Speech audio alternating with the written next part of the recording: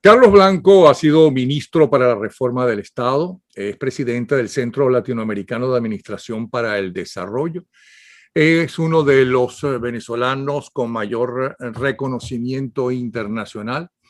La escribe en los principales periódicos, el más reciente trabajo se llama, es una pregunta, ¿puede la democracia sobrevivir? Y con esta humanidad que siempre hemos tenido, que es una lucha entre el bien y el mal, los buenos, los malos, los ángeles y los demonios, el capitalismo y el comunismo, etcétera, etcétera, etcétera. Pero últimamente, con el coronavirus tenemos exacerbados todos los sentidos y los odios. Y lo que estamos viendo no solamente en Colombia, sino en la mayor parte de los países de América Latina, uno sí se pregunta si puede sobrevivir la democracia, sobre todo en un mundo tan cambiante como el actual, un nuevo siglo y las nuevas tecnologías que nos ponen y más que nunca ocultan las posibles verdades, porque todo se tuitea, lo bueno, lo malo, la verdad, la mentira. ¿Podrá sobrevivir la democracia a todo esto que estamos viviendo y sobre todo en un continente tan caudillista como es el nuestro? Vamos a ver qué nos dice y escuchemos a ver qué nos dice Carlos Blanco y cómo podemos ayudar para que no desaparezca la democracia, que ha sido hasta ahora el mejor de los sistemas. Bienvenido. Gracias, Napoleón, por la entrevista que me haces y saludo a toda la audiencia. El tema de la democracia ha sido discutido por siglos y la verdad es que no pretendo yo introducir innovaciones en el estudio, en el concepto de democracia. Sin embargo, en estos tiempos recientes en los que hemos vivido la experiencia venezolana tan dura que ha sido y la experiencia latinoamericana, uno tiene que preguntarse si la democracia tiene los recursos para defenderse, para sobrevivir, para avanzar y desarrollarse en el contexto que vivimos. Yo creo que hay que decir que la democracia es un sistema que se regula, que tiene un conjunto de instituciones, de reglas escritas y no escritas. Está en la Constitución, las leyes, la cultura. La cultura democrática implica que todos los participantes dentro del sistema tienen unos comportamientos que se atienen a determinadas normas. Tú no invades la casa del vecino, no te apropias de una empresa, no le quitas los bienes a quien los tiene. Para todo eso hay procedimientos. Tú quieres comprar la casa del vecino, entonces hazle una oferta. Bueno, los mandamientos de la ley de Dios que siempre se han incumplido por muchísima gente. Bueno, no son tan poquitos ni tan exigentes. Y eso no que son que la ley, que es de la ley de Dios, un Dios que la mayoría de la gente le tiene miedo. Sí, sí, además porque tienen distintas caras y versiones. Pero en todo caso, la democracia es un sistema que es perfecto si todos los participantes se atienen a sus reglas. Incluso los que están en contra del sistema tienen la posibilidad de protestar por esto o aquello en su conjunto, siempre y cuando la protesta se haga en el marco de las leyes.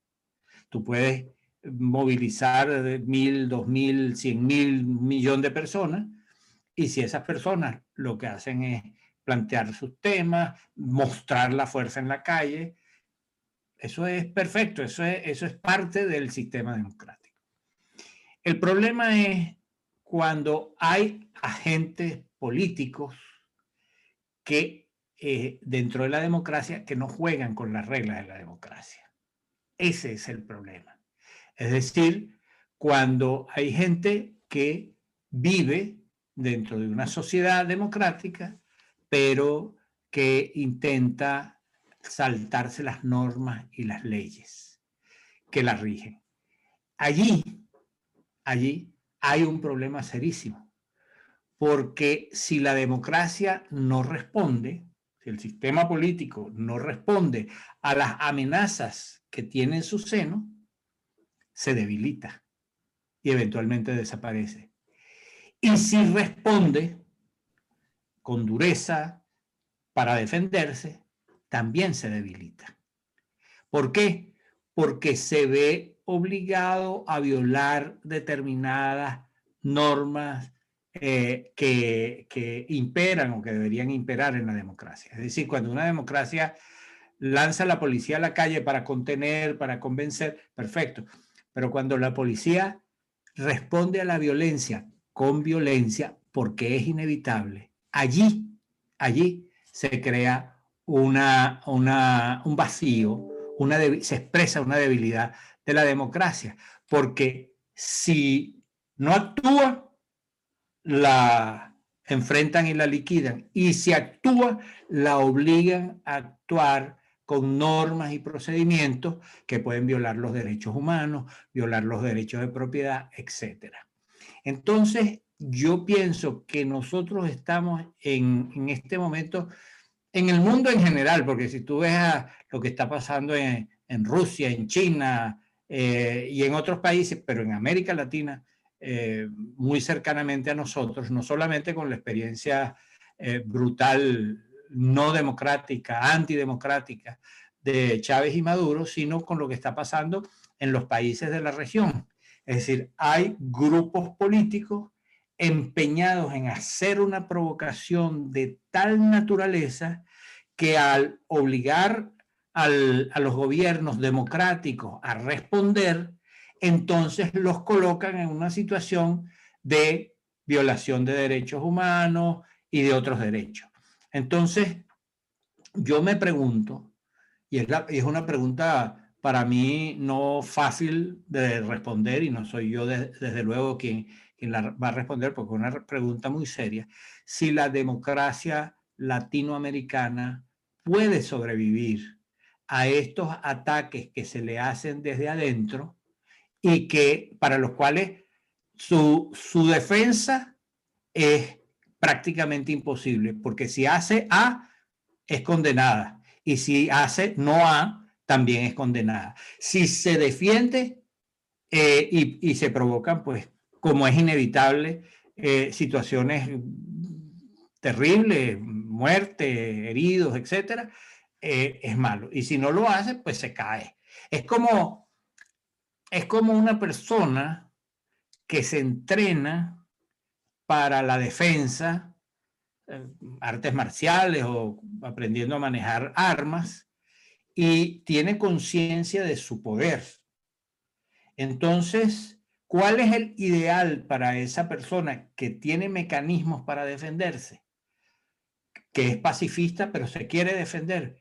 Bueno, que sus destrezas sean lo suficientemente fuertes para persuadir o disuadir a quienes quieren atacarla. Es decir, si yo te enseño la cacha de la pistola, tú te quedas tranquilo porque sabes que a lo mejor la puedo usar. Pero si hay gente que no le importa ver la cacha de la pistola y no le importa que le disparen a este o al de más allá, pues entonces obligan a este ciudadano pacífico o preparado para defenderse a actuar de una manera que no querría y que lo coloca en una situación de extrema vulnerabilidad, digamos, en el ambiente social en el cual se desenvuelva.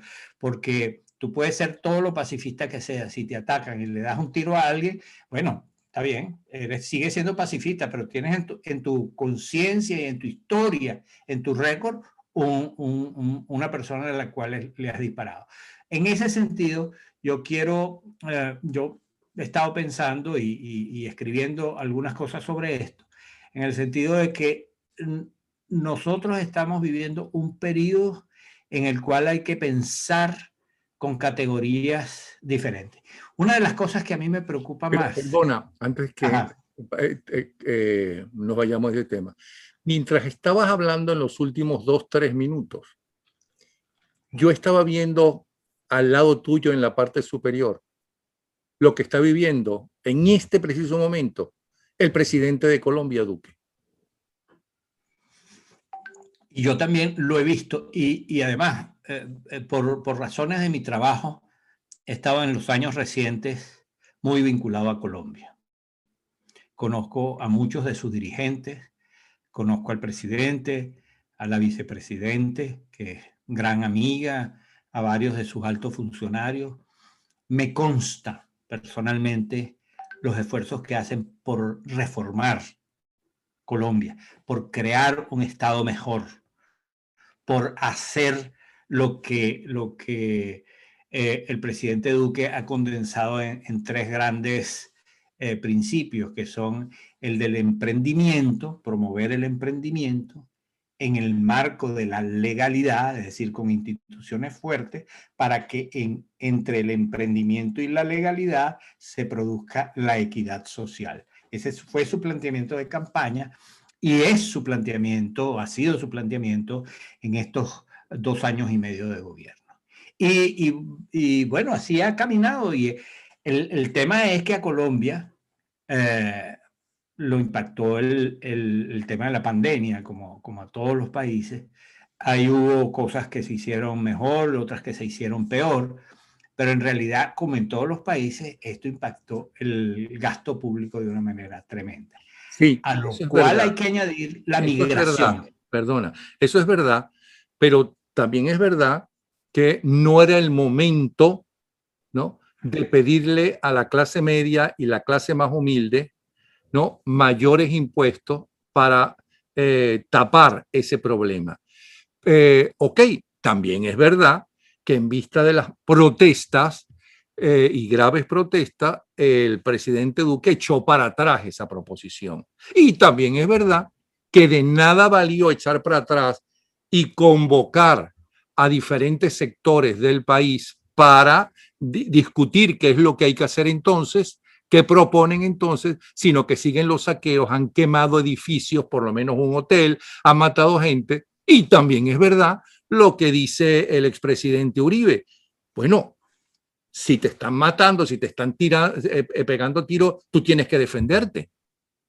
Bueno, a eso me refiero. En primer lugar, sobre el tema económico, la situación del desempleo llegó a niveles muy altos, el déficit fiscal, una cantidad de problemas que hacen que la reforma tributaria sea un objetivo.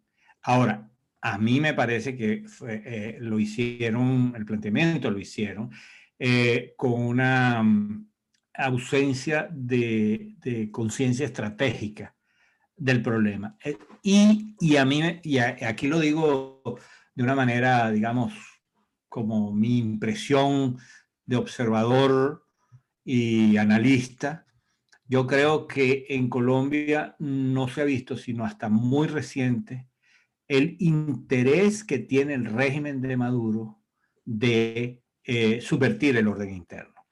Hay un asalto hacia Colombia que se está produciendo y un asalto hacia Colombia que tiene como una de sus bases de operaciones este refugio santuario que tiene dentro del territorio venezolano la disidencia de la FARC en sus dos ramas y el ELN, aparte de otros grupos de narcotraficantes, etc. Esta gente no se está guareciendo en Colombia, sino que se está preparando para el asalto a Colombia. Entonces, dicho esto, obviamente, sabiendo estas cosas, o por lo menos sintiéndolas en el ambiente, se ha debido pensar que cualquier cosa que genere una amplia protesta, y la reforma tributaria es candidato número 1 a generarla, si no se construye un consenso muy amplio y muy vasto, entonces lo que puede ocurrir es lo que está ocurriendo, que la legítima protesta que puede tener sectores de la clase media se convierte en el marco dentro del cual quienes quieren derrocar al gobierno están actuando. Ya lo dijo Iván Márquez en su más reciente video, el jefe de la disidencia de la FARC aliado a Maduro, no el otro sector de la FARC que ha estado en disputa con Iván Márquez, dirigido por Gentil Duarte. Ese sector, Márquez lo dijo, es la hora de tomar el poder en Colombia. Hay que sacar a Duque, hay que sacar al gobierno actual, lo dijo con todas sus letras. De tal manera que si tú tienes aquí una presión digamos, una presión popular que puede tener toda la legitimidad del mundo en la medida en que la gente tiene derecho a protestar, a reclamar, a no estar de acuerdo. Pero si eso recubre o es acompañado o es tomado como excusa para los grupos que quieren destruir la democracia, que son los que obviamente no estaban preocupados por la reforma tributaria, ni por el ministro Carrasquilla que renunció y su equipo. Ellos están utilizando esto como una fase del levantamiento para derrocar un gobierno. Volviendo al tema inicial, entonces lo que hay es que tener conciencia clara de que me parece a mí, y esto ya es un terreno de reflexión, de especulación, que la democracia no está suficientemente dotada para defenderse de los ataques de los que quieren derrocarla. Yo me paseo mucho, Napoleón, tal vez por el deseo que ocurra, por la voluntad que ponen tantos cientos de miles de venezolanos en esto, el día D+1, el día en que salga el régimen y entonces las fuerzas democráticas están al mando. Se van a encontrar con esta situación, un territorio como el de Venezuela tomado en una alta proporción por grupos irregulares. La sustitución práctica de la policía y de las fuerzas del orden por parte del coqui y de los otros coquis en otros decenas o centenas de barrios de ciudades y pueblos de Venezuela. La presencia de la guerrilla y de la narcoguerrilla, la presencia de los grupos de apoyo cubanos, rusos, chinos, la presencia de Hezbollah. Es decir, cuando uno piensa en la tarea del gobierno de transición para garantizar la seguridad, no estamos hablando de la comida, no estamos hablando de las medicinas, no estamos hablando de la seguridad de un gobierno que se comienza a sentar, la tarea es inmensa.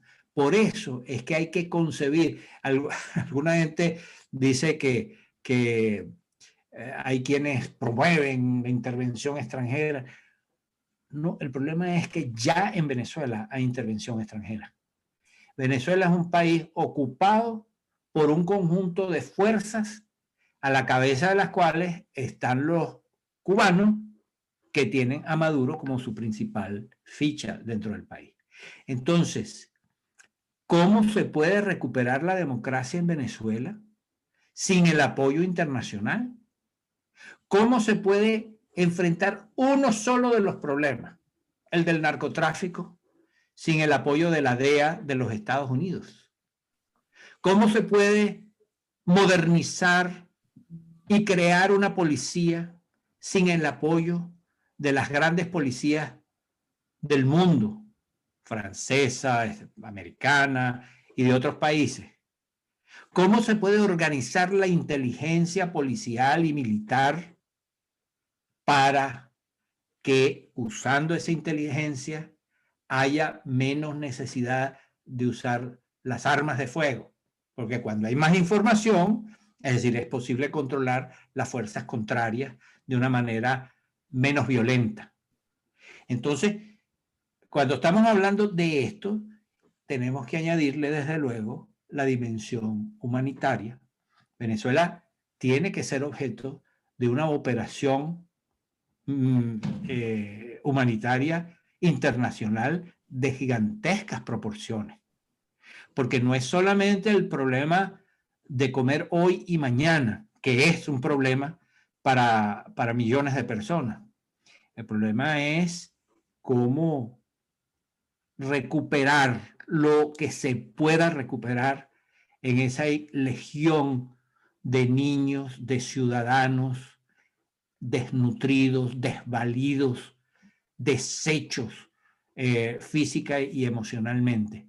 Eso no se puede hacer sino con una operación internacional de gigantesco alcance, encabezada por Naciones Unidas, por la OEA, por una coalición de países.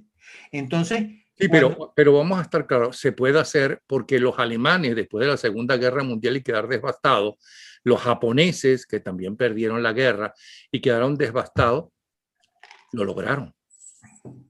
bueno, Y mira dónde están. O sea que sí se puede hacer bien claro, orientado. claro. Y Bueno, por y es supuesto, más, los alemanes después de la Primera Guerra Mundial y después de la Segunda Guerra Mundial, porque quedaron devastados 2 veces. Pero el problema que yo veo, Carlos, es que las sociedades, cuando viven algo mucho, inclusive menor que lo que estamos viviendo los venezolanos, ¿ok? Pero también una situación de anarquía gravísima, como vivieron los españoles cuando el caos y la anarquía se apoderó de España, o como vivieron los chilenos cuando el caos y la anarquía se apoderó de Chile, aplaudieron una dictadura terrible, es verdad, como la de Franco, y aplaudieron una dictadura terrible como la de Pinochet, pero solucionaron el problema de la anarquía. Entonces, el temor, y ahí murió mucha gente inocente que no tenía por qué morir. ¿Ok? Entonces, el problema es ese equilibrio, cómo lograrlo en Venezuela para no caer de una narcodictadura a una terrible dictadura que no hemos vivido hasta ahora, porque la dictadura que nosotros vivimos fue la de Marcos Pérez Jiménez, que comparado con las dictaduras de esa época fue una dicta blanda y además que hizo construcciones para el país. Pero esta gente acabó con el país. ¿Cómo lograr que todos estos odios que se han formado y que fueron incentivados no solo por estos delincuentes, cómo estos odios aplacarlos y que sea la justicia la que los sancione? mira, ¿Cómo ser democráticos? yo creo que las transiciones, por serlo, no son en sí mismas democráticas. Las transiciones, como las que hablamos en Venezuela, conducen a la democracia, pero no son en sí mismas democráticas. Tú no combates a una tiranía con métodos democráticos.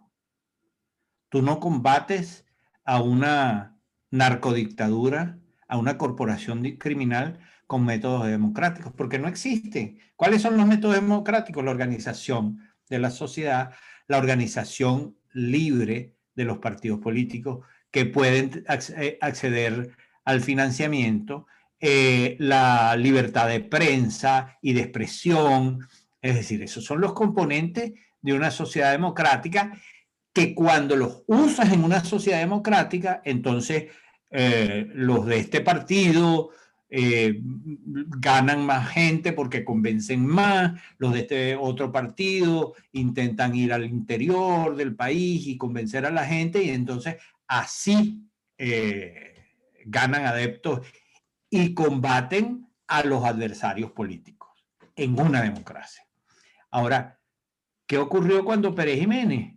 Bueno, que había adecos, comunistas, copellanos, urredistas de entonces combatiendo a la dictadura. ¿Cómo? Conspirando, organizando golpes de Estado, organizando incluso en algunos casos acciones terroristas que se dieron o no se dieron, la mayor parte de esas no tuvieron éxito, buscando oficiales de la Fuerza Armada, tratando de buscar apoyo internacional para entrar a Venezuela, bueno, como ocurrió cuando Gómez, invadir Venezuela con fuerzas aliadas internacionales. Eso es lo que se hace para combatir una autocracia. No se hace una elección y entonces vamos a ver si el dictador nos permite que de acuerdo a sus reglas lo tumbemos. Sí, pero en el caso de Venezuela no se trata de un dictador. En el caso de Venezuela se trata de una banda de De narcotraficantes una corporación extremistas y criminal. demás. O sea, no podemos comparar las dos épocas históricas No, esto es venezolanas. Pero simplemente ¿y una por qué la Unión analogía. Europea? No, pero eso te lo estoy planteando porque todavía hace unas horas la Unión Europea se mostró muy agradada con el nuevo Consejo Nacional Electoral de la dictadura, diciendo que es un paso de avance. Es decir, ¿cómo que la Unión Europea, que tiene esos siglos de historia de tiranías, porque eso era lo que eran los monarcas, ¿ok?, que ha pasado por dos guerras mundiales, porque la primera también fueron varios países europeos, ¿no? En la segunda ya entraron Estados Unidos y entró Japón, y está hablando de que a una narcodictadura como esta puede salir con elecciones. Pero en Venezuela todavía hay gente que lo piensa también. Sí, pero déjame, antes de entrar en el tema este de las elecciones y el CNE nuevo, terminar el tema de la transición. Entonces, las transiciones son muy difíciles porque tienen que emplear recursos, a veces, o crear leyes o crear normas que no están en los libritos. Y yo recuerdo, por ejemplo, la transición, pero una cosa es la transición desde una dictadura a la democracia, desde esta corporación criminal a la democracia, que una transición de la democracia hacia la dictadura, hacia la corporación criminal. Entonces, son periodos diferentes, son periodos complejos. ¿Qué ocurrió en el 58? Yo siempre lo repito, que en el 58, cuando derrocan a Pérez Jiménez, se instala la Junta de Gobierno presidida por el contraalmirante Wolfgang Larrazábal. Había, con el regreso de los líderes, Betancourt, Caldera, Jovito y todos los demás, Gustavo Machado, se convirtieron en unas referencias morales y políticas importantísimas. Y ellos, con la CTV, con los empresarios y con los estudiantes en la calle, en factores de estabilización que condujo al pacto de punto fijo y después al gobierno de Los Rómulo Rux. estudiantes y los trabajadores en las calles, Sí, porque bueno, cada vez que había un CTV, intento de sí. golpe, salían los trabajadores a la calle a Y defender a quienes, la y, democracia. quienes, y quienes derrotaron los golpes fueron las masas en la calle. Uh-huh. Ahora, nosotros no tenemos esa situación ahora. Los partidos están destruidos, los dirigentes pues no calzan esos puntos de Betancourt, de Caldera, etcétera. Y entonces la transición en Venezuela, con un territorio tomado, con las instituciones destruidas, casi hasta su cimiento, con una Fuerza Armada que ya no es aquella pirámide donde existe un alto mando, etcétera, etcétera, sino que es un bochinche que en muchas partes está interconectado con los colectivos, con las guerrillas, con los matones, etcétera, etcétera. Entonces, ahí hay un problema muy, muy serio.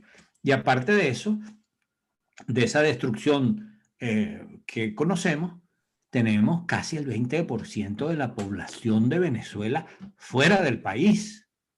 Y eso no es solamente el drama humano que comporta, eso revela las familias deshechas, deshilachadas, eso revela dolores muy profundos, que no es el del golpe inmediato que te produce un hematoma, sino que es el del sufrimiento que no tiene fin, porque despegarse, o sea, cuando uno se despega de los hijos porque se van a estudiar y tal, qué sé yo, y entonces nos vemos el año que viene en las vacaciones, todo eso es una maravilla. Pero cuando es una ruptura que se parece a una ausencia definitiva, solamente, digamos, aliviada por el teléfono y por estos mecanismos de intercambio electrónico que son una bendición en estos tiempos, la verdad es que la situación se pone muy, muy complicada para la transición en Venezuela. Pero ahora refiriéndome al tema del Consejo Nacional Electoral.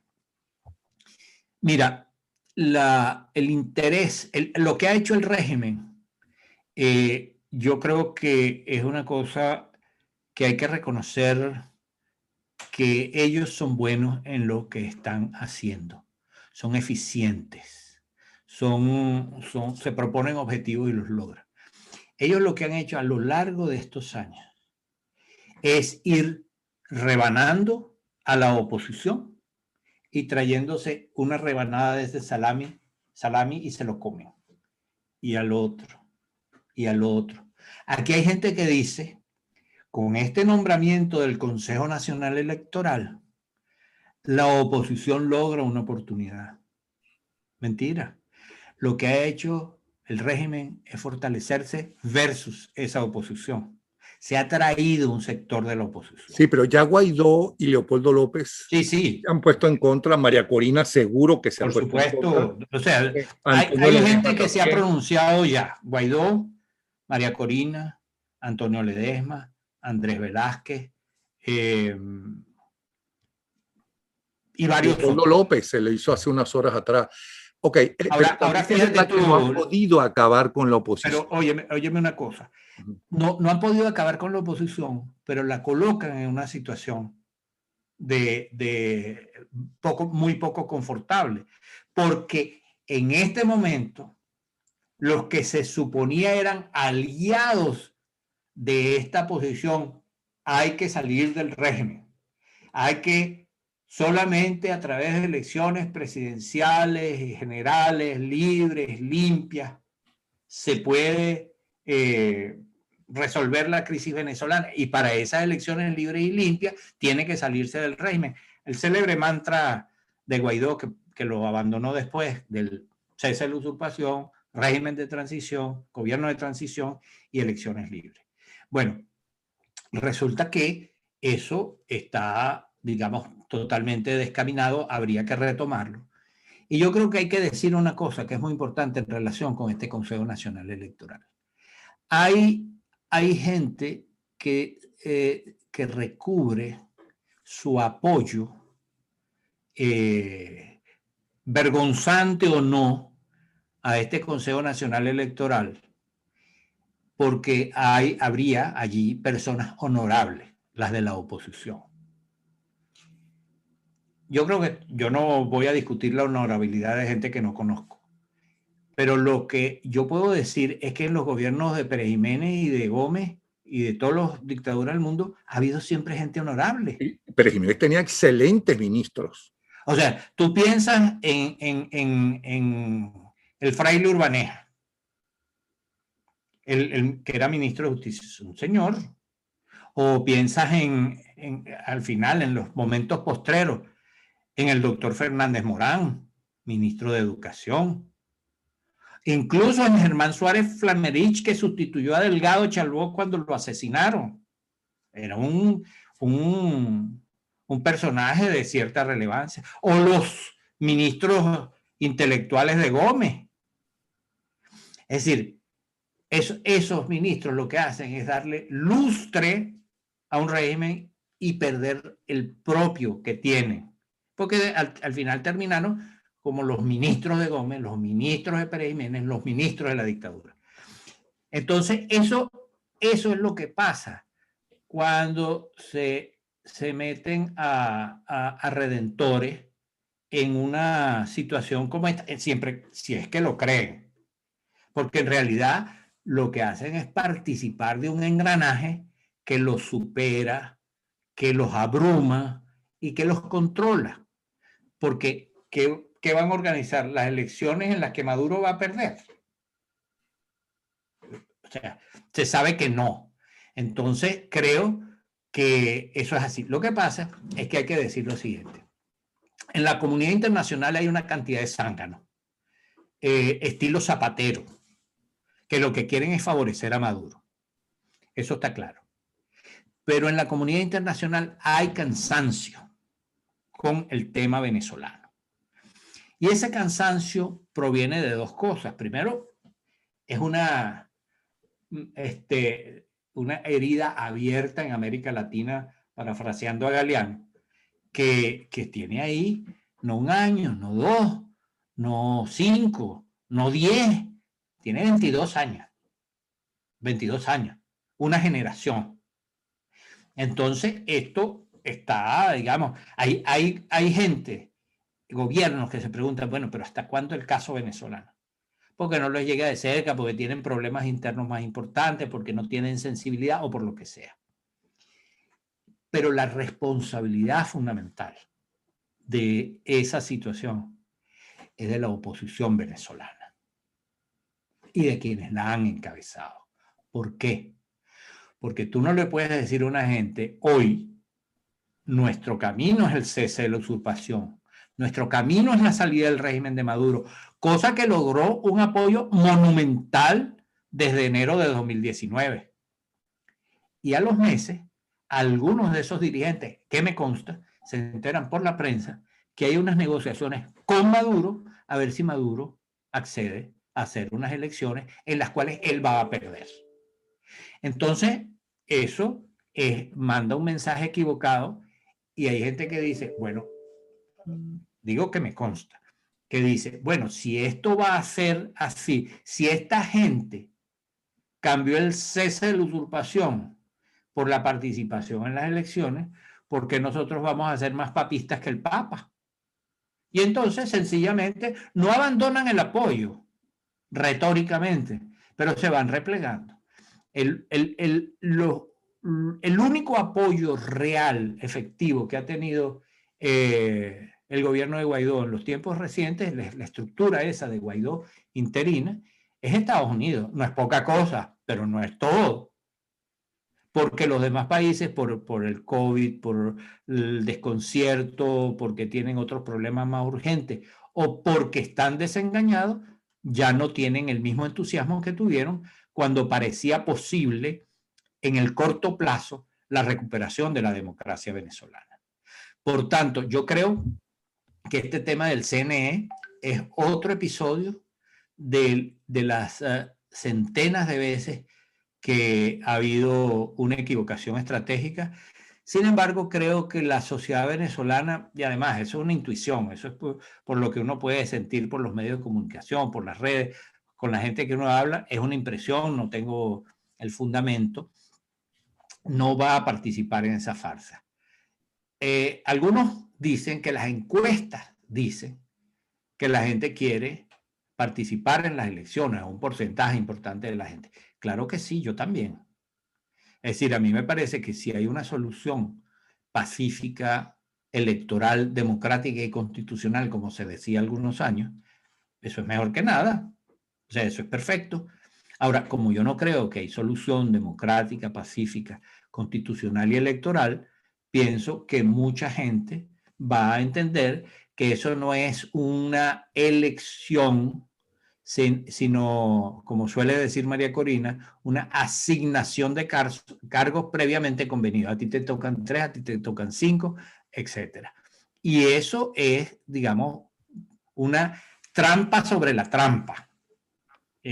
Hacer que no haya, permitir que no haya una elección sin una asignación. Me parece que sobre eso hay que reflexionar y ojalá que las personas que están involucradas en este tejemaneje de las elecciones con Maduro y con su CNE reflexionen y recapaciten para no meter al país otra vez en un engaño monumental. Ahora, cuando dices que cambiaron el rumbo del cese a la usurpación, ¿en qué te basas? Es decir, que no hicieron ningún intento válido, serio, para el cese de la usurpación. Por ejemplo, aunque haya fracasado lo de Cúcuta o lo de la Carlota, por citarte 2 casos. Mira, lo de Cúcuta fue un desastre político, estratégico y logístico. El fundamento de lo de Cúcuta era que existiendo la ayuda humanitaria de este lado, con presidentes y altos líderes del mundo presentes, iba a venir desde Venezuela una organización civil y militar lo suficientemente fuerte para recibir la ayuda humanitaria y obligar la entrada a Venezuela, lo que en la práctica era el derrocamiento de Maduro. Porque si tú entras a una fuerza militar y civil apoyada por el extranjero dentro del país para llevar ayuda humanitaria, en ese momento significaba descomponer al régimen de Maduro. Nada de eso existió. No es que no existió porque no se pudo hacer, porque la planificación... No, es que eso no estaba planificado.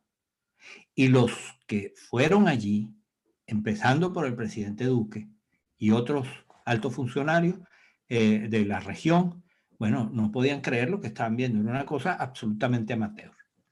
Lo de la Carlota me parece una gigantesca mamarrachada, lamentable, porque, por dos razones. Primero, porque como organización no parecía estar muy organizada, pero sobre todo el concepto. ¿Cuál era el concepto? Que los jefes de la represión en Venezuela, Michael Moreno, Vladimir Padrino López, el general Figuera y el general Hernández Dávila, director de la DGCIM, esos personajes que son la representación más nítida de la represión sangrienta contra las fuerzas democráticas, ellos, aliados con Guaidó, iban a tumbar a Maduro para entregarle el poder a Guaidó. Por favor. Eso no resiste nada y revela. Yo le oí a uno de ellos decir, no, es que Michael Moreno no cumplió con lo ofrecido, pero por Dios, ¿cómo un criminal de esa naturaleza va a cumplir con lo ofrecido? ¿Es que le vas a creer la palabra a un personaje como ese?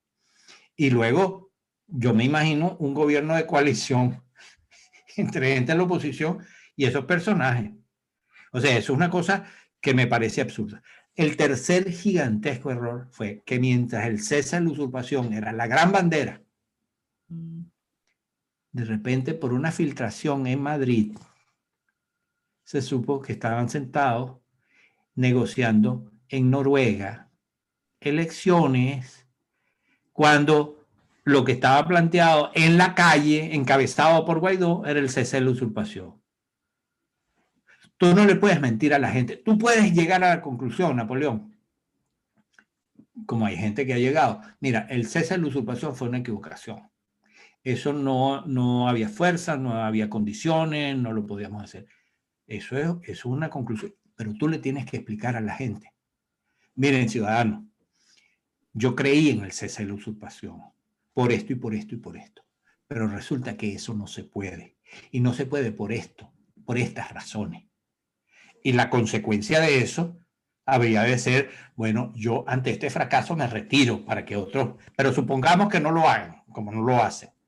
Entonces, por lo menos que se puede hacer es explicarle a la gente, porque yo estoy en un camino que tiene una cantidad de millones de seguidores y de repente, sin explicarle a esos millones de seguidores, yo, en vez de ir para Maturín y la gente marchando hacia Maturín, entonces agarro una carretera y me voy hasta Barquisimeto y la gente no se da cuenta que me fui para Barquisimeto, sino cuando ya estoy allá negociando en Noruega. Esas cosas no se hacen. Eso es falta de sentido de la política, falta de sentido de la estrategia y sobre todo desprecio profundo por la gente que sigue a esos dirigentes. ¿Y qué crees tú que deben haber hecho cuando no tienen armas, cuando no tienen voz, porque no tienen los medios de comunicación? No la tienen ahora. Importante. No la tienen ahora. El poder que llegó a tener Guaidó tras de sí, no lo ha tenido nadie en 22 años de oposición, salvo el 2002 con el poderoso movimiento que fue hasta Miraflores. Salvo en ese momento, el 2019. Mira, tú sabes lo que es que los presidentes reciban a un líder político venezolano como lo recibieron, como visitante de Estado, como presidente. O sea, eso fue una conmoción internacional de primera magnitud y eso se desperdició totalmente. Tan totalmente que hoy, digamos, vemos que ese liderazgo está bamboleante, muy deteriorado interna e internacionalmente. ¿Qué me gustaría a mí, si fuese posible? Que Guaidó volviera a tomar las banderas, porque él tiene un camino andado, tiene una trayectoria, es reconocido. A Pedro Pérez no lo conocen en ninguna parte, puede querer ser dirigente, puede tener las mejores intenciones, pero si Guaidó asume las banderas otra vez, podría haber un cambio. ¿Pero qué banderas? Las banderas del cese de la usurpación, para llamarlas así, la reunión de unas fuerzas nacionales e internacionales para obligar al régimen a negociar su salida. Eso es lo que hay que hacer. Tú no logras que Maduro se siente a hablar en serio, sino con fuerza. No hay, además, eso es un principio universal de las relaciones interhumanas. ¿Por qué se organizan los sindicatos? Pero ¿y las sanciones que... ¿Por qué se organizan los sindicatos? Perdón un momentico, ¿por qué se organizan los sindicatos? Porque los trabajadores individualmente considerados, bueno, no tienen fuerza para negociar con el patrono. Unidos, negocian con el patrono, tienen fuerza.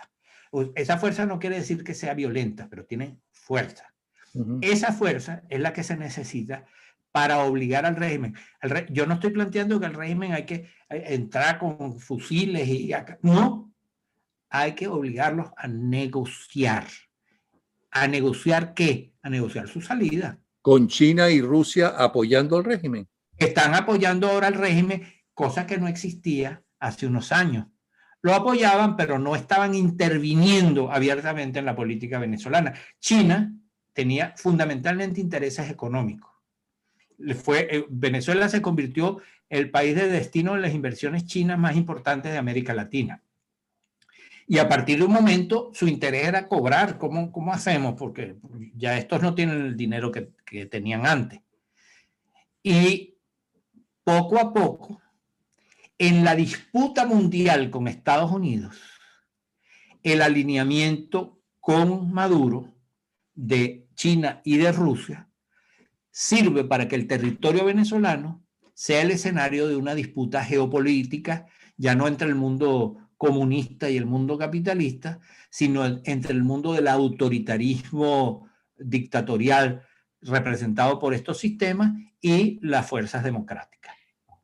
Ahora, según lo que has dicho hasta ahora, entiendo. Primero que si vamos a salir, tal vez no mañana ni pasado mañana, sino cuando empiecen a abrir los ojos y se den cuenta, tanto dentro como en Europa, de que no están tratando con unos simples dictadores, sino con una banda de narcotraficantes y de delincuentes de todo tipo, ¿no? Y de gente extremista, que van desde el extremismo musulmán pasando por el extremismo, eso que se llama comunista, ese tipo de cosas. Eso es lo primero.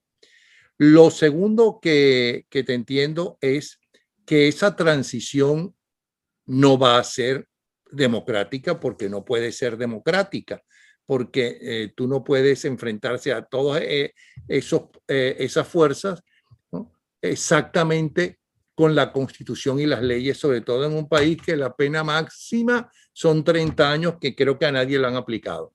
Eso es lo segundo que entiendo. Y lo tercero es que lamentablemente necesitan una asesoría mejor, porque no entiendo si el narcorrégimen está tan bien asesorado, como tú mismo dijiste, por tantas décadas de experiencia, tanto de los rusos como de los castristas. ¿Qué pasa con el asesoramiento, por ejemplo, de los Estados Unidos? Es que no los escuchan. Mira, yo creo que Estados Unidos, en primer lugar, quiero hacer una precisión. La transición no es que es antidemocrática. La transición está guiada por un espíritu democrático. Es para la democracia, es para promover la democracia. Pero, obviamente, si sale de la fuerza, o sea, de la fuerza fundante del nuevo proceso, esa fuerza es la que le da su legitimidad y sus mecanismos y sus procederes. En relación con Estados Unidos, yo creo que el tema de Estados Unidos es bien complejo, porque Estados Unidos es la fuerza, el aliado indispensable para la recuperación de la democracia en Venezuela. Pero Estados Unidos es un país que suele equivocarse con América Latina con mucha frecuencia, porque no lo entienden, no entienden la región. Y eso está sembrado en la historia. O sea, la historia de América Latina del siglo XIX, de finales del siglo XIX y buena parte del siglo XX, es una historia de antagonismo. A diferencia de comienzos del siglo XVIII, donde la relación con, perdón, el siglo XIX, con la relación con Estados Unidos del movimiento libertador era muy estrecha y con los grandes líderes de los Estados Unidos, de Bolívar y Miranda.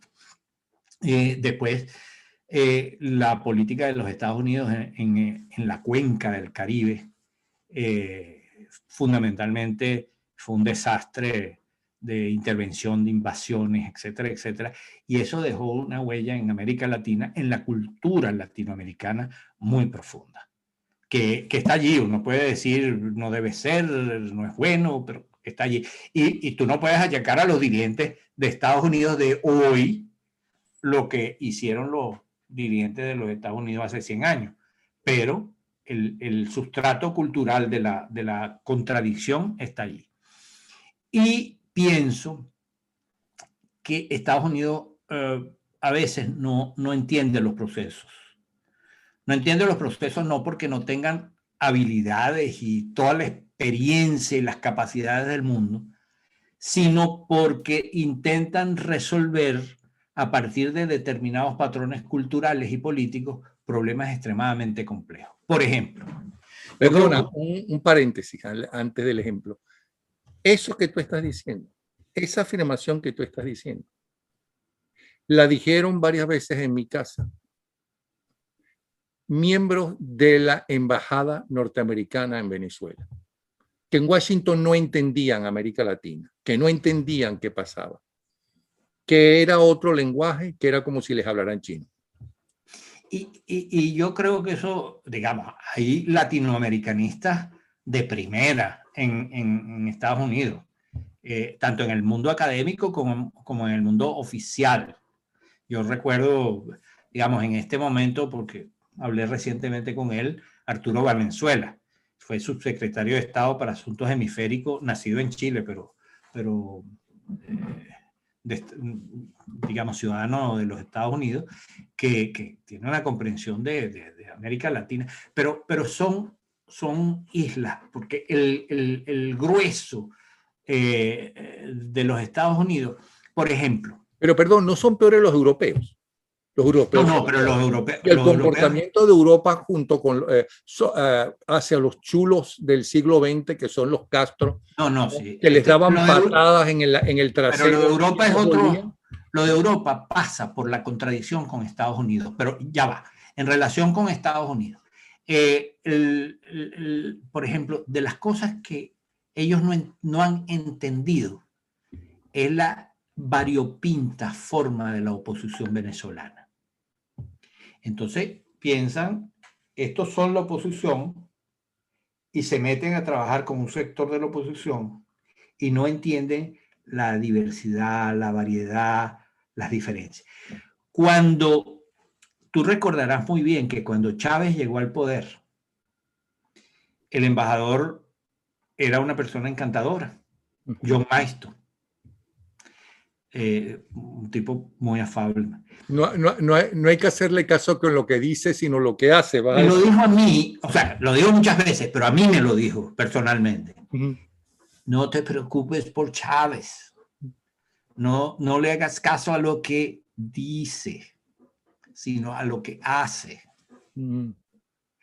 Esa idea es una idea, por supuesto, es una cosa coloquial para decir, a nosotros nos interesan los hechos fundamentales, no la retórica esta tropical de gente que se siente obligada a tener un discurso contra los Estados Unidos porque eso es popular en sus países. Ese era un poco el mensaje. O sea, son cosas que nosotros entendemos.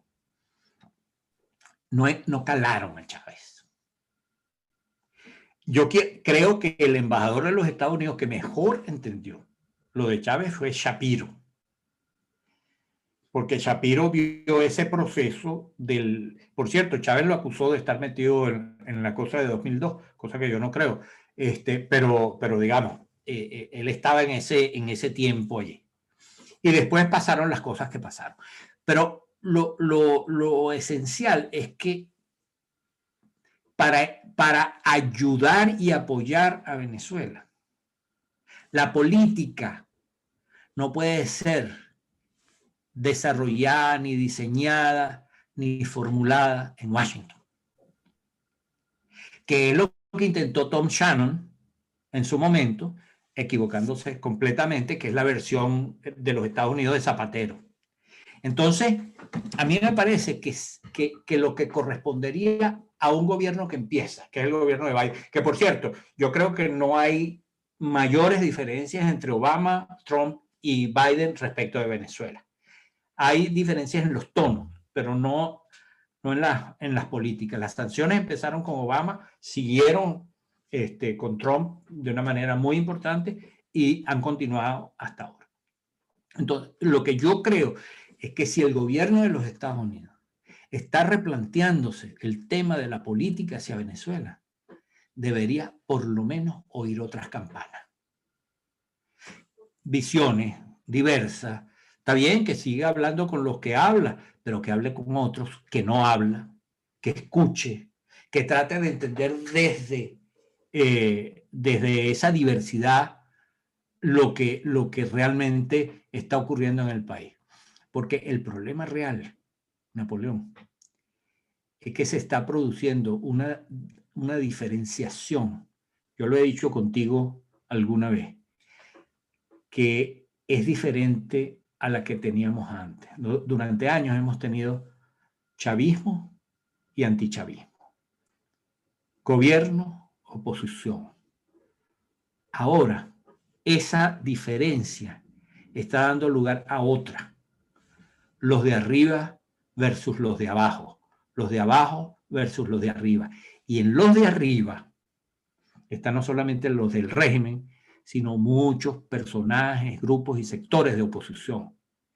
Entonces, la desconexión en medio de este caos, la desconexión de la sociedad respecto de sus dirigentes o de sus pretendidos dirigentes, es un hecho que profundiza un caos que ya se ha iniciado independientemente de esto, por el COVID, por el desastre de lo que ha significado este régimen, por la descomposición de la cual hablamos antes. Entonces, yo creo que hay que atender al hecho que en una situación como la que estamos, lo que hay es que exponer, como gustaba decir a Luis Herrera, escuchar crecer la grama. Vamos a ver qué es lo que está pasando en el alma del país. Vamos a ver qué es lo que hay ahí, cuáles son las potencialidades. El país no se ha rendido. El país ha cambiado y ha desechado, en unos casos abiertamente y en otros casos implícitamente, una dirección. El entusiasmo que los dirigentes han portado desde 2014, después decayó, luego levantados en 2019 con la bandera del cese de la usurpación, eso no existe. Entonces, ese es el problema que tiene que resolver la dirección opositora venezolana y que tienen que entender y contribuir a entender los aliados internacionales. Ahora, todavía justamente esta semana, Emilio Figueredo y su gente está invitando a una charla de un amigo nuestro, que es Orlando Goncalves, un asesor que es venezolano, pero que vive en Colombia. Yo conozco a Orlando, es muy bueno. Sí, donde él habla, el tema es ¿por qué los dirigentes no escuchan? Es decir, que no solamente son nuestros dirigentes en Venezuela, que aparentemente no escuchan, sino en el mundo entero. Fíjate lo que acaba de pasar con el PSOE, ¿no? En España y con el Podemos y la división de Podemos. No escucharon a la gente y fíjate lo que acaba, el desastre que acaba de suceder para la izquierda. O sea, que no es solamente el caso nuestro, da la impresión. La gente en Brasil está pasando lo mismo. En muchos sitios pasa lo mismo, no importa que tú seas eso que llamaban antes, no sé si todavía existe eso de derecha, izquierda, comunismo y capitalismo y toda esa cosa, porque después que vemos que en China lo que hay es capitalismo salvaje, entonces, no sé, entonces, parece que no escuchan y parece que es Pero hay gente por que sí el escucha. cambio. ¿Qué? Isabel Díaz Ayuso escuchó. Sí, ella sí escuchó por lo visto Ella escuchó en Madrid. y ganó. No, y hay dirigentes, vamos a estar claros, hay dirigentes que escuchan y son, este Castillo del Perú es un impresentable. Es decir, el problema de la popularidad es engañoso porque la popularidad se sustenta sobre muchas condiciones, pero sobre todo en la sociedad hay necesidades, hay demandas.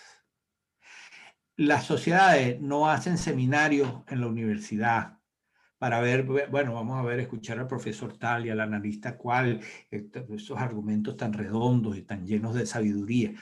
Las sociedades se mueven, y sobre todo en el mundo posmoderno fragmentado, donde todos tenemos voz y todos tenemos la posibilidad de no escucharnos.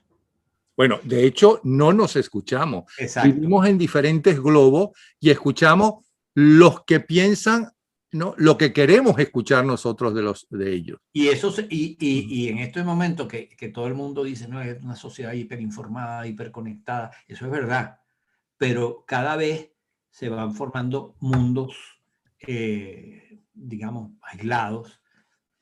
Mis amigos, mis compañeros, mis contertulios y yo, y así se van formando muchas islas, como la tesis de los multiversos, de los múltiples universos sobre el origen del mundo. Por cierto, ayer todavía estaba conversando con, creo que es un amigo mutuo, que es Laurencio Driosola, Sí. ¿no? Que mandó 2 Twitter muy buenos como para desarrollar ese tema. Nunca más actual que la frase de Marshall McLuhan cuando no existía el internet ni nada de eso, de que el medio es el mensaje. Y también el masaje, porque nos están masajeando, ¿no? Con esos medios. Y no hay una verdad ya. Bueno, pero fíjate tú que en esta situación la fragmentación genera, y sobre todo en una sociedad como la venezolana, fragmentada a la segunda o a la tercera potencia, porque a la fragmentación planetaria, cultural, que vive todo el mundo, se añade la fragmentación producto del caos de estos 20 años en Venezuela. Entonces, allí, entre una burbuja y otra, entre estos y aquellos, se van generando demandas, necesidades. Fíjate que la gente dice a veces, es que en Venezuela no hay líderes. En Venezuela, por el contrario, lo que ha habido es una producción masiva de líderes que todos han entrado a la trituradora y han salido vueltos bagazos. ¿Por qué? Porque la sociedad ha ido poniendo aquí la esperanza. Esta esperanza no da resultados a corto plazo, entonces cambiamos hacia este otro, y cambiamos hacia este otro, y cambiamos hacia este otro. Y ese es un juego muy peligroso. De eso nos hablaba hace 2 días Marcel Granier justamente. Y eso es sumamente peligroso. ¿Por qué es peligroso? Porque, bueno, tú vas saltando de aquí, de esta piedra a esta piedra, y esta piedra, y vas vadeando el río, y vas llegando. Y resulta que de la última piedra, lo que puede estar después es el abismo. Es decir, nada, bueno, todo el mundo por la libre, haciendo lo que quiere, como quiere, y entonces siempre aparece siempre aparece alguien o algunos que encabezan, que logran engarzar, articular con ese sentimiento de desazón, de descomposición, y dejado al albur de lo que pase, bueno, aparecen los aventureros. Bueno, como sucedió con nosotros y Chávez. Así es. Exactamente, o con los argentinos y Perón. Claro, lo que pasa es que esos personajes se instalaron en una demanda de la sociedad en la cual un factor fundamental fueron las élites, que se convirtieron en condescendientes por aquello de la idea de que, bueno, como estos están en un periodo de decadencia muy intenso, vamos a jugar la lotería con vamos a pasearlo por los centros comerciales y invitarle. Que lo podemos manejar. Sí, y con 2 o 3 botellas de champaña, 3 invitaciones aquí, un viaje a París, está completa la faena. Y con Chávez lo lograron durante un tiempo. Lo lograron con el avión de fulano y con el apoyo de Mengano, de grandes bancos, por cierto. Pero llegó un momento en que el país se atrevió a tumbarlo en el 2002. Aquello resultó un fiasco.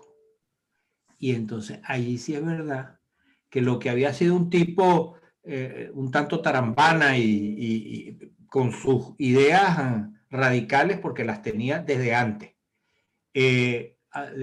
decidió, aquí el tema es otro.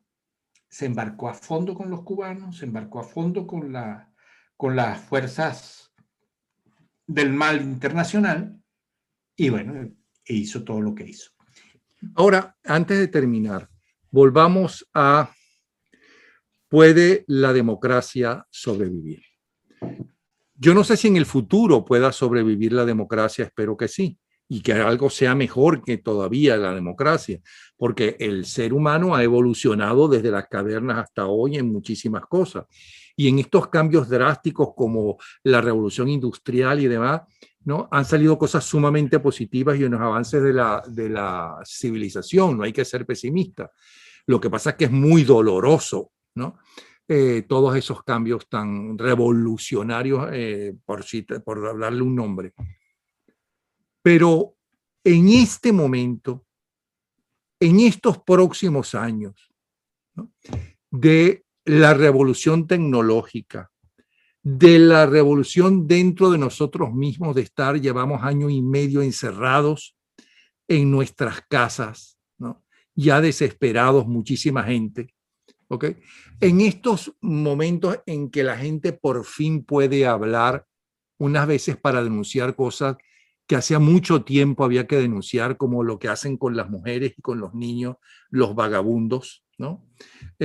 Como las están denunciando. En este momento, ¿tiene futuro inmediato la democracia? Ahora que todo está radicalizado y uno siente que cada vez se radicalizan más las cosas. Yo pienso que hay que replantear la democracia. El problema central que ahorita tiene es el de la representatividad. Es decir, que se va a unas elecciones, se elige una gente y al poco tiempo pierden representatividad. Y algunos consiguen mantener la representatividad a través de llevar a sus extremos, casi imposibles, a la democracia misma. El ejemplo de Trump. Trump es un dirigente muy popular en los Estados Unidos, pero lo hizo a costa de una cantidad de transgresiones que, digamos, que le dieron mucha popularidad y mucho apoyo, e hizo cosas como todo ese apoyo a Venezuela y tal, que se lanzó por la libre en ese camino, pero también eso tiene sus costos internos muy fuertes. Yo pienso que el tema de la representatividad es un tema fundamental. En segundo lugar, el tema de la organización política. los partidos políticos no parecen capaces de sostener la representatividad de la sociedad. Hace medio siglo, los partidos políticos, los grandes partidos políticos latinoamericanos, el PRI, Acción Democrática, el Partido Radical chileno, el Partido Peronista argentino, o sea, eran partidos que tenían mucha representatividad, o sea, los ciudadanos, obreros, campesinos, trabajadores de la clase media, se sentían representados y le entregaban a sus dirigentes políticos el derecho a orientar los asuntos públicos en la dirección que ellos pensaran. Y eso ocurrió en Venezuela, con Rómulo, con Caldera, con Leoni, y eso comenzó a fracturar, y con Carlos Andrés, y comenzó a fracturarse después por razones vinculadas a la situación de Venezuela.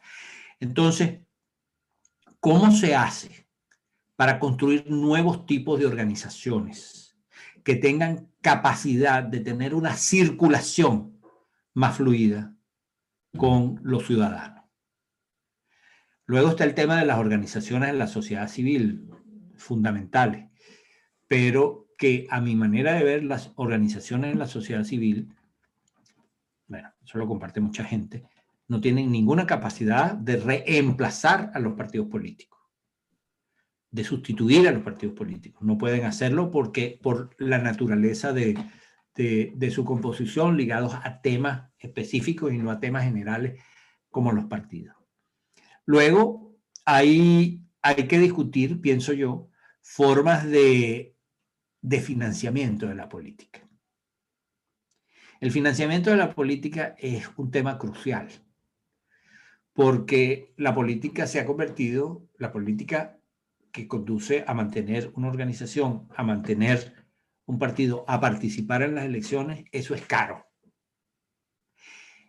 Y esa condición ha llevado a muchos partidos a corromperse o a muchos dirigentes de partidos a corromperse por obtener recursos de aquí, de allá y de más allá. Entonces, hay la necesidad de la plata, pero ¿cómo se financian los partidos? Y el financiamiento estatal que había en Venezuela hasta que llegó Chávez no era suficiente y siempre había gente buscando plata por aquí y por allá. Entonces, yo pienso que nosotros debemos también hacer un replanteamiento de las instituciones. Por ejemplo, los congresos, los parlamentos son, junto con los partidos políticos, instituciones muy desprestigiadas, porque se considera que están muy separadas de la gente, que no representan a la gente. Otra vez el problema de la representatividad. Entonces, a mí me parece que hay gente que ha propuesto alguna forma de parlamentarismo que permita que cuando el presidente de la República está muy comprimido por las protestas, por el desencanto, la solución no sea o el tipo se mantiene hasta el final a costa de protestas y de enfrentar protestas y de reprimirlas, o los presidentes se van antes de completar su periodo y aquello crea crisis institucionales muy fuertes. Entonces, hay quienes piensan que la solución es alguna forma de parlamentarismo con un primer ministro que pueda ser cambiado dependiendo de las circunstancias. Es decir, hay temas. Italia, por ejemplo. Sí, lo que pasa es que Italia se ha convertido. Bueno, es el mejor ejemplo porque en Italia siempre están en crisis, pero y siempre están cambiando Israel, de primer ministro. Por ejemplo, Israel que ha tenido 4 elecciones y todavía Netanyahu no tiene capacidad de formar gobierno. Es decir, estos son los temas que yo creo que hay que discutir. Y el tema fundamental que a mí me atrae en estos tiempos, sobre el cual trabajo, escribo, es el de la reforma de las presidencias de la República.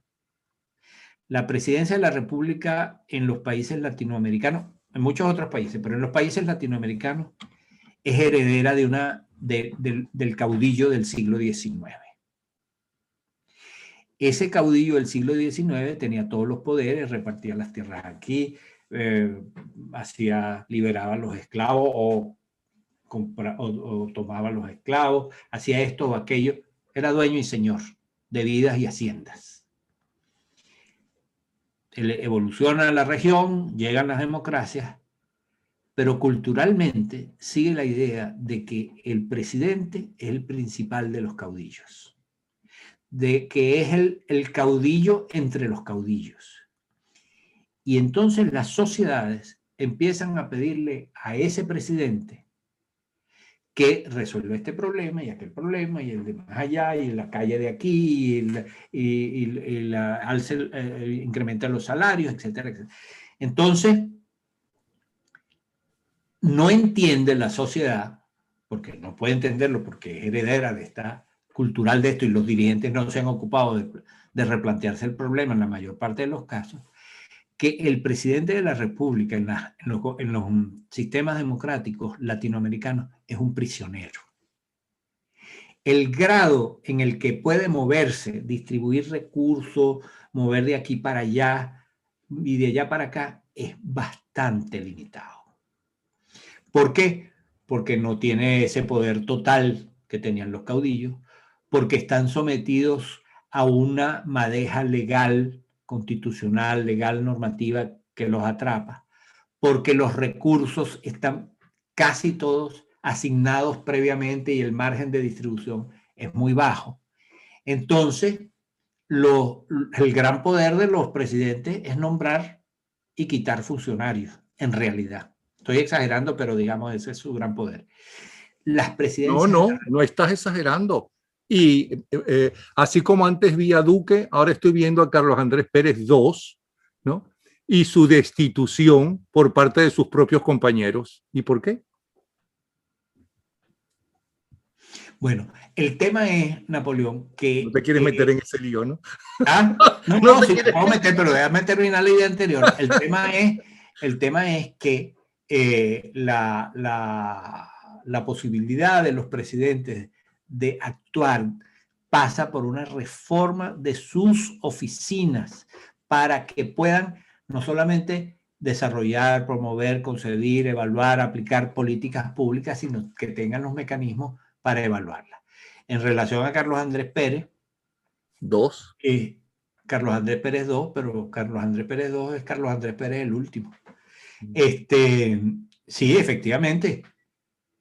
A Carlos Andrés Pérez lo tumba Acción Democrática, sus compañeros de partido. Es decir, la macolla que armaron el fiscal general y los notables y los ricos caraqueños que después se anotaron con Chávez para tumbar a Carlos Andrés, no podía ser hecho así sin el apoyo de Acción Democrática. Y lo que hizo Acción Democrática fue sacarle el taburete. Carlos Andrés quedó funcionando con batería desde el comienzo del gobierno porque invirtió todo su capital político, por una parte, en el combate al Caracazo y en segundo lugar, en la aplicación de un programa que solamente tuvo el apoyo de gente esclarecida dentro de los sectores empresariales y políticos, pero muy pocos, y de su gabinete, pero no tuvo ese apoyo, esa fuerza de apoyo que ha debido tener.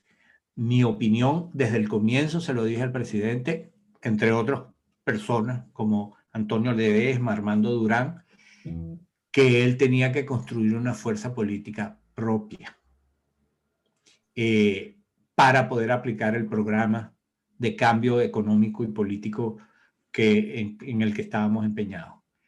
Él estuvo de acuerdo, incluso inició una gira formidable, acompañado por Antonio Ledesma hacia el estado Sucre, que fue tremenda, pero después él, quizás por los resortes históricos que pesaban en él se dedicó a buscar el apoyo de Acción Democrática, un apoyo que le fue negado sistemáticamente, un apoyo profundo, No es que, o sea, claro, en el Congreso apoyaban esto y aquello del gobierno, pero esa idea del compromiso con el compañero presidente que existió con Rómulo, con León y con Carlos Andrés I, más o menos, con Jaime Lucinchi, eso no existió con Carlos Andrés Pérez II. Y no existió, entre otras cosas, porque una de las razones que resintió más Acción Democrática fue que Carlos Andrés incorporó al gabinete a una cantidad de personas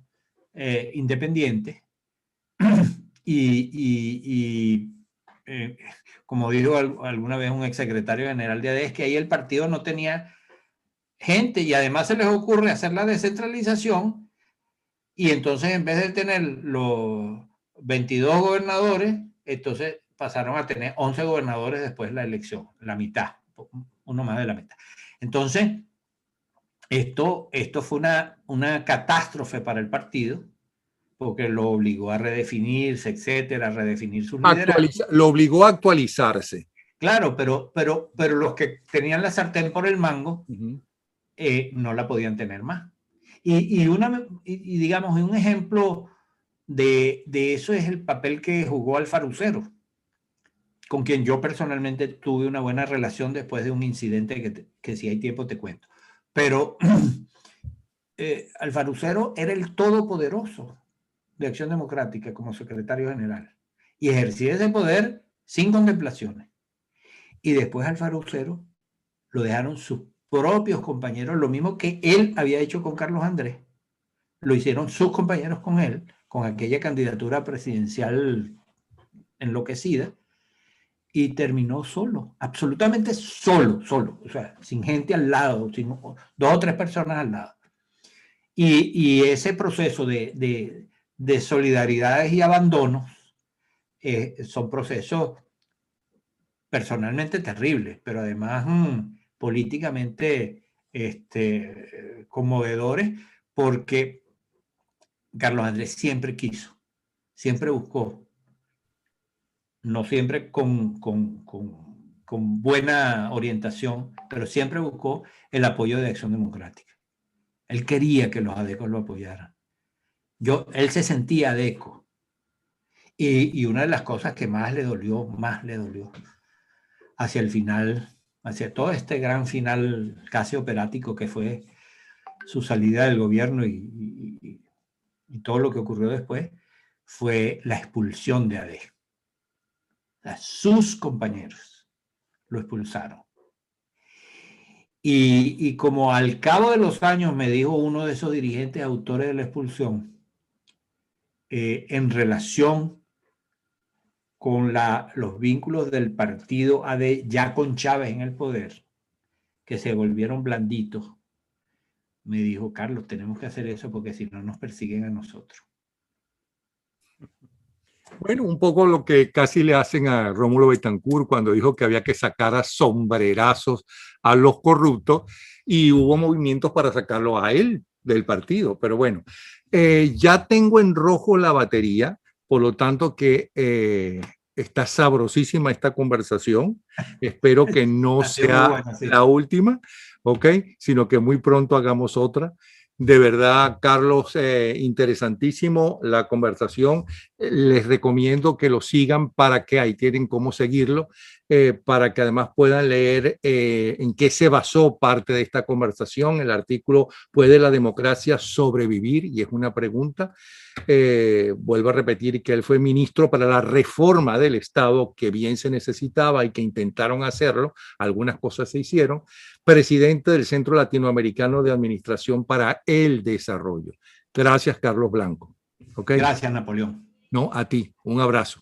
Un abrazo. Hasta